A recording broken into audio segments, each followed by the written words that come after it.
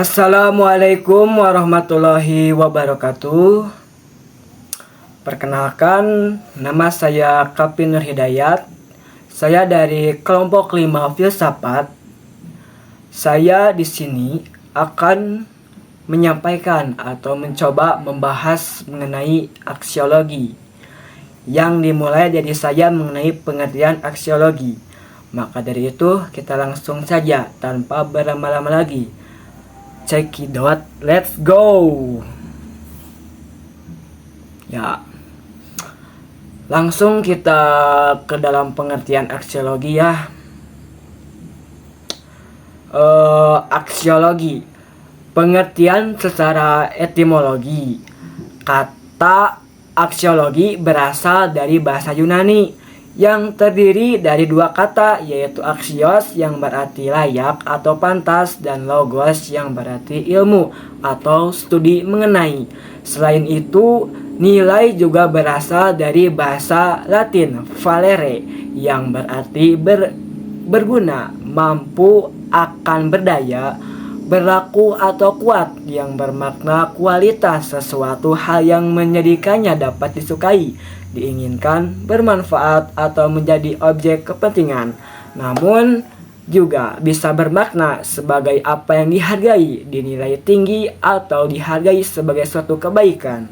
Kemudian aksiologi berdasarkan pengertian menurut bahasa ya, sebagaimana tersebut di atas, maka istilah aksiologi, maka secara istilah aksiologi adalah merupakan studi yang berkaitan dengan teori tentang nilai atau studi segala sesuatu yang dapat bernilai atau memberikan manfaat. Nilai merupakan suatu fenomena tapi tidak berada dalam suatu ruang dan waktu. Selain itu, nilai juga merupakan esensi logis dan dapat dipahami melalui akal. Istilah aksiologi dalam pandangan agama Islam bukanlah merupakan hal yang asing, bukan hal yang baru, tapi sudah lama, sudah dikenal.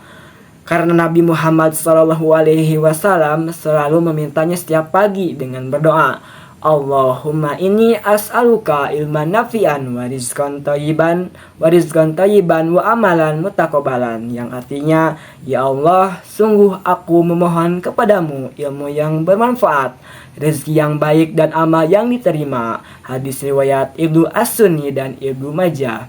Jadi aksiologi akan terkait dengan kemanfaatan daripada ilmu yang membicarakan tentang value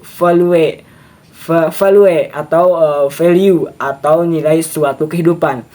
Istilah aksiologi yang berasal dari bahasa Yunani yang terdiri dari dua kata, yaitu aksion dan yang berarti nilai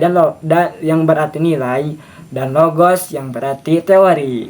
Dengan demikian, aksiologi dapat didefinisikan sebagai teori tentang nilai. Oke, pembahasan selanjutnya masih ada mengenai pengertiannya ya. Oke, pembahasannya mencakup 3 hal, berupa tindakan moral yang melahirkan etika, ekspresi keindahan yang melahirkan estetika, dan kehidupan sosial politik yang melahirkan filsafat sosial politik. Nilai adalah sifat atau kualitas yang melekat pada suatu objek, tapi bukan objek itu sendiri. Dari pengertian secara etimologi, makna aksiologi menurut Kasop adalah sains mengenai hakikat, nilai yang biasanya dilihat dari sudut pandang kefilsafatan. Itulah pengertian mengenai aksiologi secara singkat. Itu saja yang bisa saya sampaikan mengenai pengertian. Selanjutnya dilanjutkan oleh rekan saya mengenai materi lainnya.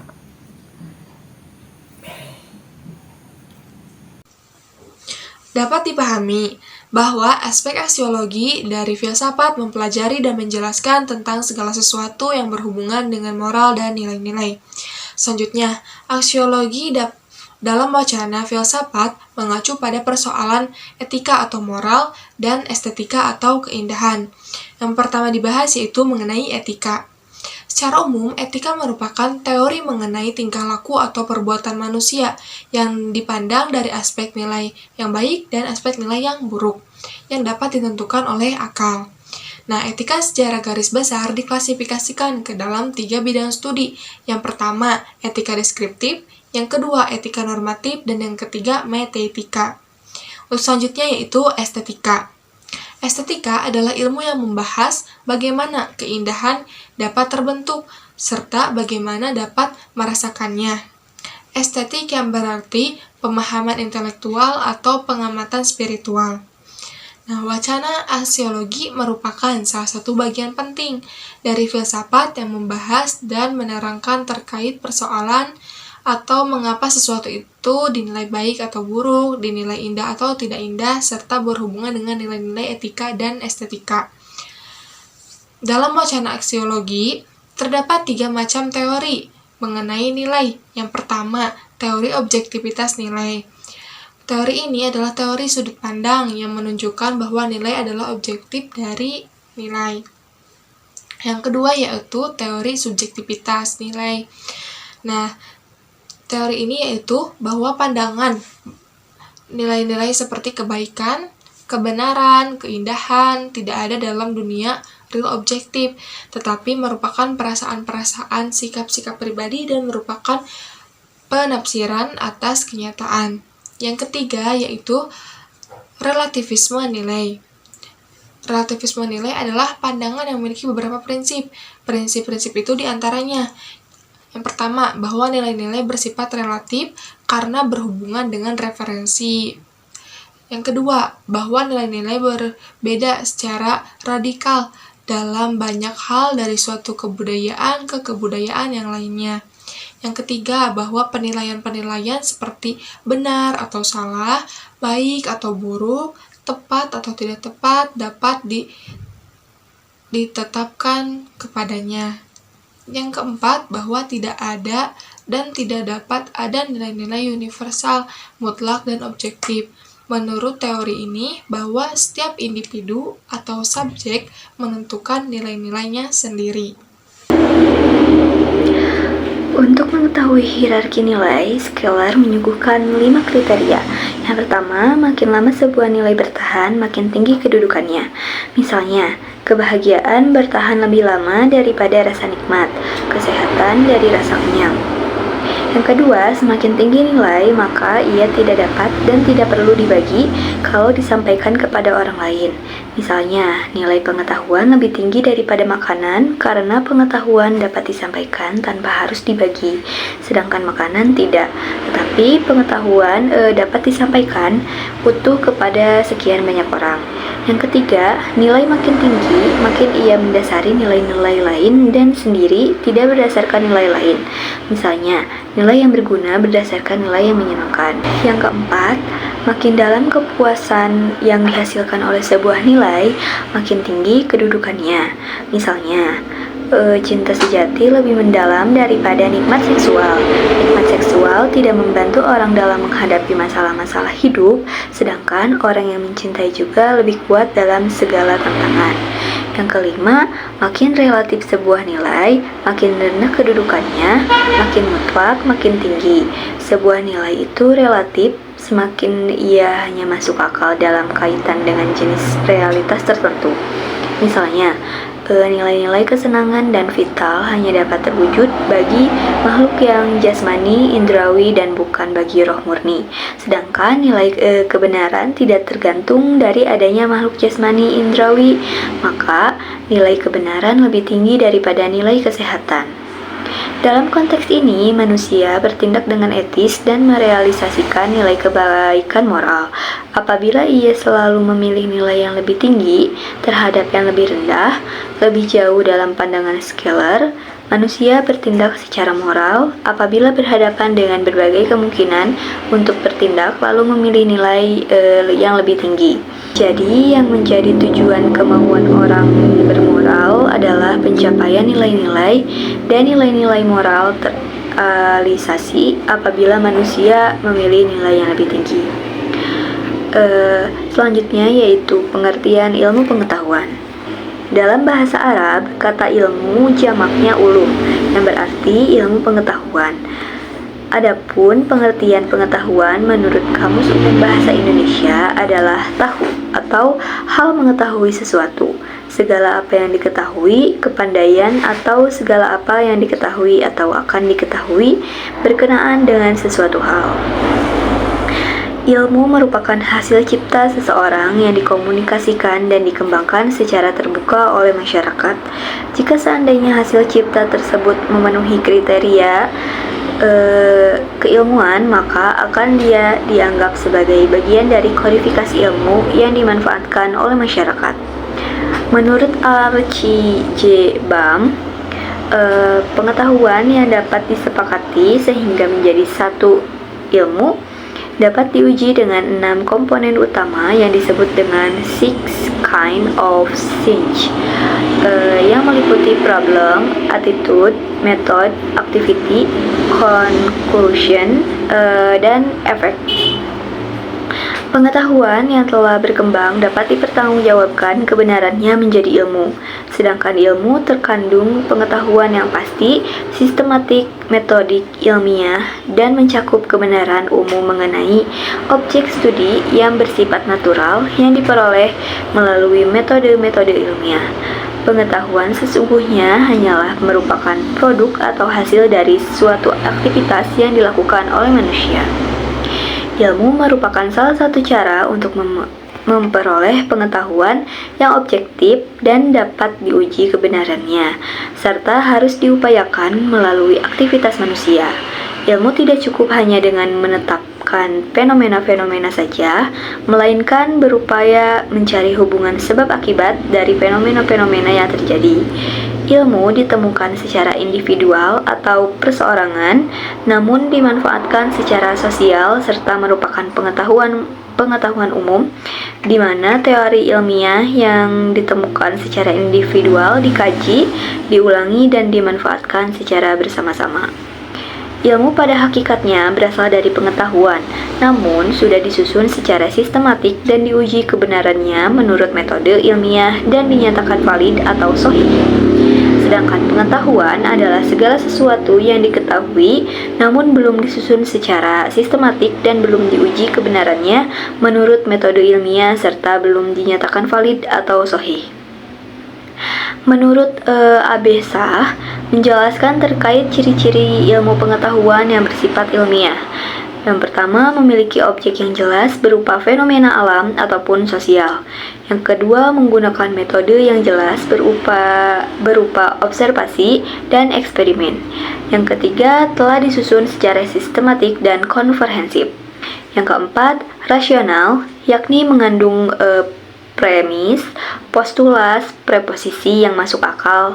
Yang kelima, sudah dapat diverifikasi atau dibuktikan kebenarannya di laboratorium. Yang keenam, bersifat universal, yakni bahwa yang ditetapkan dalam teori tersebut dapat digunakan untuk menjelaskan semua fenomena yang sama dan diterima semua ahli. Yang ketujuh, memiliki time response yang jelas. Dan yang kedelapan, terkait pada hukum-hukum yang serba pasti. Berdasarkan penjelasan di atas, dapat disimpulkan bahwa ilmu pengetahuan dimaknai sebagai suatu pengetahuan tentang objek tertentu yang disusun secara sistematis, sebagai hasil penelitian dengan menggunakan metode ilmiah. Atau dapat juga dikatakan bahwa ilmu pengetahuan merupakan sekumpulan pengetahuan berdasarkan teori-teori yang disepakati dan dapat secara sistematis diuji dengan seperangkat metode yang diakui dalam bidang ilmu tertentu. Dengan demikian, ilmu pengetahuan secara harfiah berarti pengetahuan yang bersifat ilmiah. Telaah ilmu pengetahuan. Berbicara tentang pertumbuhan dan perkembangan ilmu pengetahuan merupakan sebuah proses yang cukup panjang, di mana setiap fase perkembangan ilmu pengetahuan memiliki karakteristik. Ilmu tersebut tidak bisa dilepaskan dari proses pembauran budaya yang terjadi dalam perkembangan sosial di masyarakat, baik dipengaruhi oleh faktor sosial, politik, serta budaya yang selalu mengikuti perkembangan seiring dengan kemajuan ilmu pengetahuan dan teknologi. Dalam konsepsi agama, Ilmu pengetahuan lahir sejak diciptakannya manusia pertama, yaitu Nabi Adam alaihissalam. Lalu kemudian berkembanglah menjadi sebuah ilmu pengetahuan yang lahir karena adanya rasa ingin tahu yang muncul dalam diri setiap insan akibat adanya tuntutan dan kebutuhan dalam kehidupan manusia yang terus mengalami perkembangan. Berkembangnya ilmu pengetahuan di setiap masa atau rentan waktu disebabkan oleh paradigma berpikir manusia yang telah berubah dari kepercayaan atau mitos-mitos menjadi lebih rasional. Terkait hal ini, maka para ilmuwan menjadikan filsafat ilmu sebagai suatu alat atau metode untuk mengembangkan ilmu pengetahuan. Setiap aktivitas hanya dapat mencapai tujuannya bila mana dilaksanakan dengan metode yang tepat. Hanya manusia yang berilmu yang memiliki kemampuan rasional untuk melakukan aktivitas kognitif, yaitu menyangkut pengetahuan dan selalu mendambakan berbagai tujuan yang berkaitan dengan ilmu. Berdasarkan uraian di atas, dapat dipahami bahwa seorang ilmuwan memiliki peran dan tanggung jawab moral dan sosial yang tidak hanya sekedar menjadi bagian dari warga masyarakat yang memiliki kepentingan secara langsung di masyarakat, akan tetapi yang terpenting adalah bagaimana kemudian seseorang yang berilmu mempunyai peran khusus serta memberikan manfaat dalam keberlangsungan hidup di masyarakat. Seorang ilmuwan diharapkan dapat mentransfer ilmu yang dimilikinya kepada orang lain agar bermanfaat kepada banyak orang sehingga keberadaannya tidak hanya sekedar melakukan pengkajian semata yang manfaat keilmuannya hanya dirasakan oleh segelintir orang atau secara personal, namun juga bertanggung jawab agar produk keilmuan yang dimilikinya dapat dirasakan dan dimanfaatkan oleh masyarakat. Sikap sosial seorang ilmuwan adalah konsistensi dengan proses penelaahan keilmuan yang dilakukan sering dikatakan orang bahwa ilmu itu terbatas dari sistem nilai. Ilmu itu sendiri netral dan para ilmuwanlah yang memberinya nilai.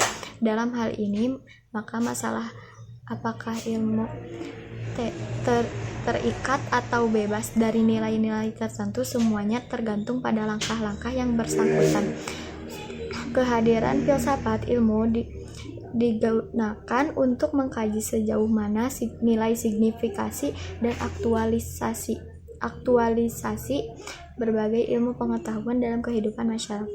Ilmu harus diupayakan dengan berbagai kegiatan manusia yang dengan menggunakan metode tertentu yang kemudian aktivitas metodis tersebut mendatangkan pengetahuan yang sistematis, kesatuan dan interaksi di antara aktivitas, metode, dan pengetahuan yang kemudian tersusun menjadi suatu ilmu dapat digambarkan dalam suatu bagian segitiga, suatu bagian yang pertama aktivitas, yang kedua ilmu, yang ketiga metode, yang keempat pengetahuan. Berdasarkan bagian tersebut, dapat dipahami bahwa ilmu merupakan satu rangkaian aktivitas manusia yang bersifat rasional dan kognitif dengan berbagai metode, sehingga menghasilkan akumulasi pengetahuan yang sistematis untuk mencapai kebenaran. Sekitar abad 6 sebelum Masehi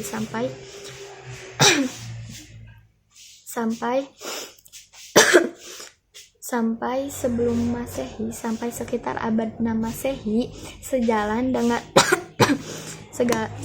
dengan berkembangnya waktu, filsafat dijadikan sebagai paradigma berpikir oleh bangsa Yunani untuk mengkaji ilmu pengetahuan sehingga perkembangannya sampai pada generasi penerus setelahnya, di mana hingga saat ini perkembangan ilmu pengetahuan dengan berbagai macam disiplin keilmuan dapat dirasakan pengaruhnya oleh semua umat manusia. Karena itu periode perkembangan filsafat Yunani merupakan entry point untuk memasuki peradaban baru umat manusia. Proses penelusuran dan pencarian pengetahuan yang bersifat mutlak dan pasti telah berlangsung begitu lama. Setidaknya ada 3 pendekatan metode yang digunakan dalam konteks ini, yaitu rasionalisme, empirisme, dan metode ilmiah. Ketiga pendekatan ini yang bisa dikenal sebagai sebuah metodologi dalam mencari pengetahuan.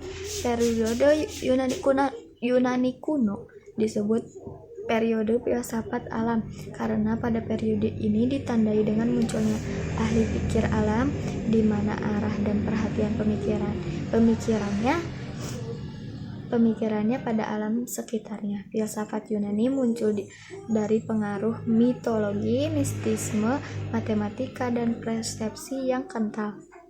Sedemikian rupa sehingga segalanya nyaris tidak jelas dan seakan mengacaukan pandangan dunia, kebudayaan mereka dan kreatif, namun dikelilingi oleh orang-orang yang posif dan kompetitif. Oke, yang pertama ada periode Islam.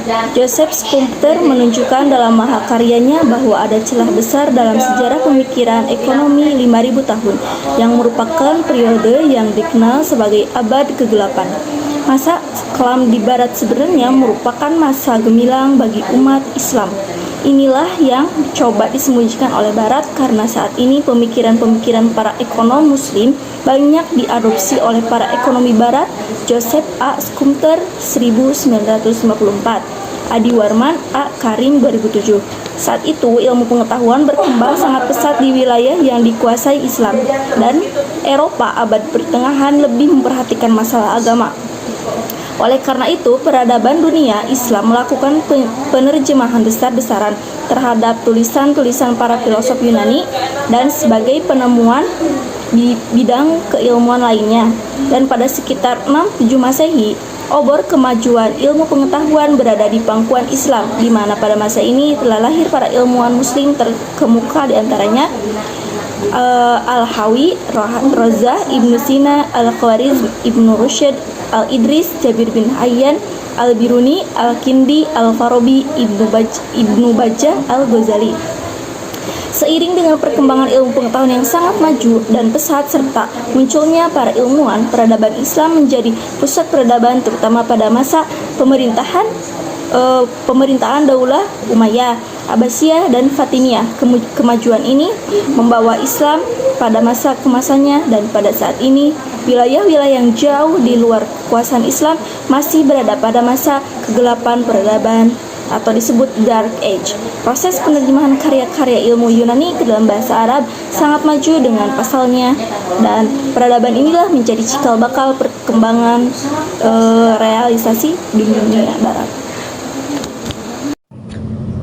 2. Periode Renaissance dan Modern. Renaissance adalah periode perkembangan peradaban manusia yang terletak di ujung atau sesudah abad kegelapan sampai muncul abad modern. Renaissance merupakan era sejarah yang penuh dengan kemajuan dan perubahan yang berarti bagi perkembangan ilmu pengetahuan. Ciri Renaissance yaitu humanisme, individualisme, sekularisme, dan rasionalisme.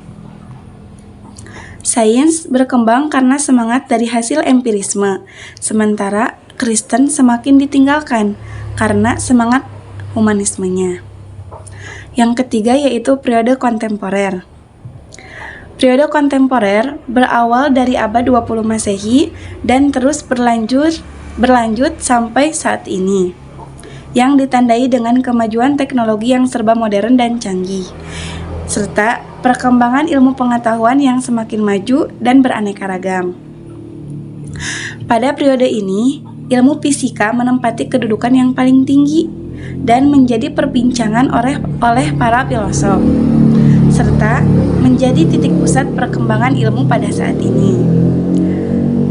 Berbagai perbedaan pemikiran antara zaman kontemporer dan zaman modern menjadi wujud dari perubahan itu sendiri, di mana pada zaman modern corak pemikiran yang berlandaskan pada metode induktif dan deduktif, atau menggabungkan metode induktif dari Bacon dan metode induksi dari Aristoteles.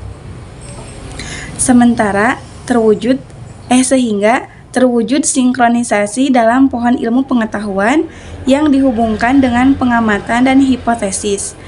Kemudian, secara induktif, hipotesis ini dihubungkan dengan perkembangan pengetahuan yang ada untuk melihat signifikasi dan implikasinya. Manfaat ilmu pengetahuan bagi manusia, nilai dan ilmu kegunaannya secara moral dapat dilihat apakah berguna untuk peningkatan kualitas kesejahteraan dan kemaslahatan umat manusia atau tidak.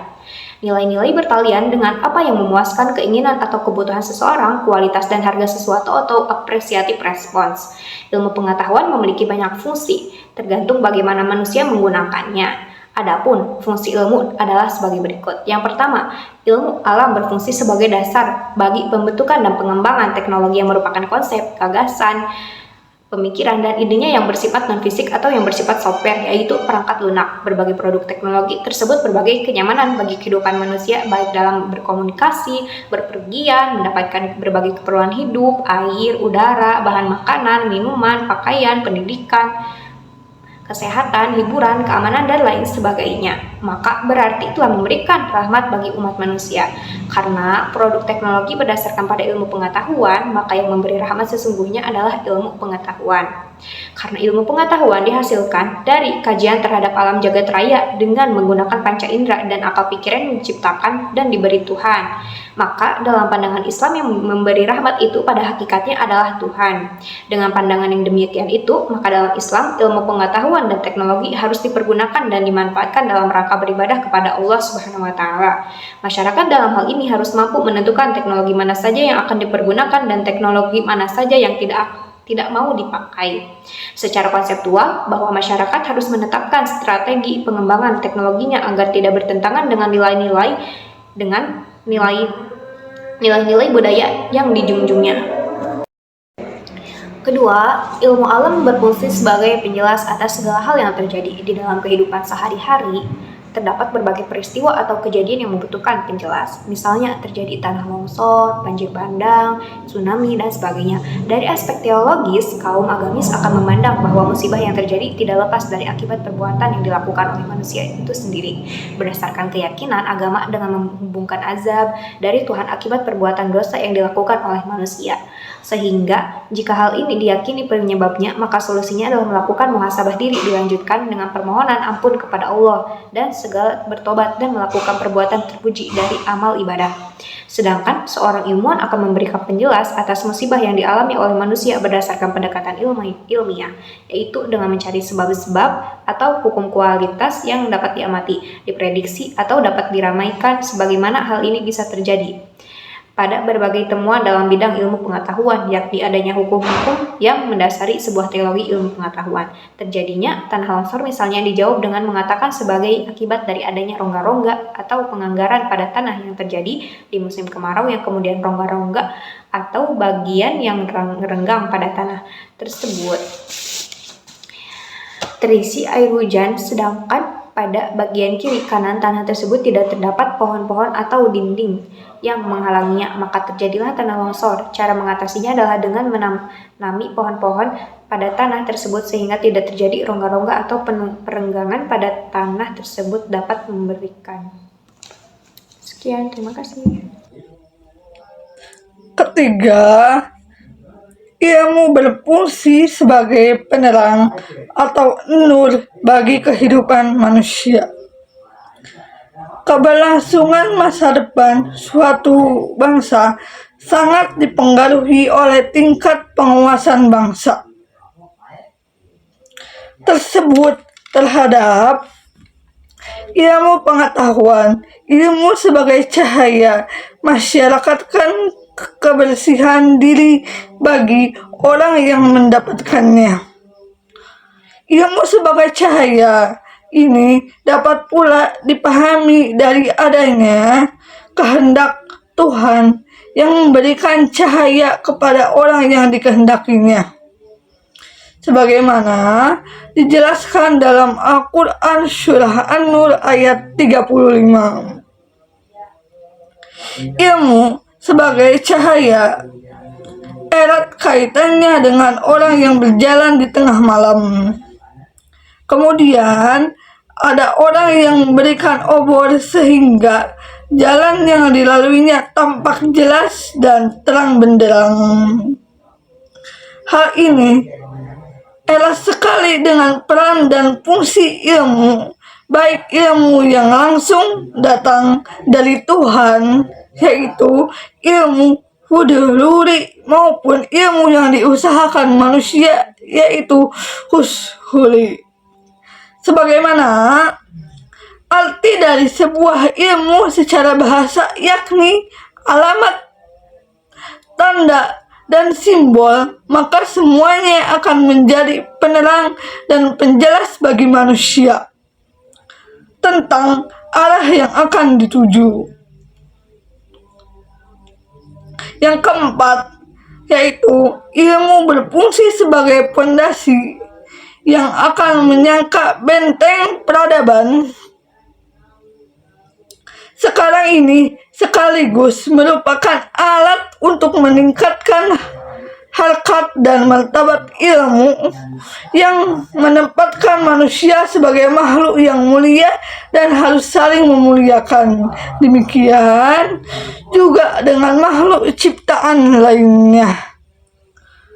Di tengah maraknya dunia global dengan perkembangan ilmu pengetahuan dan teknologi yang sangat maju, umat Islam akan mampu memiliki keunggulan dan daya saing yang tinggi. Sebagaimana halnya dengan orang-orang Barat manakala mampu mentransformasikan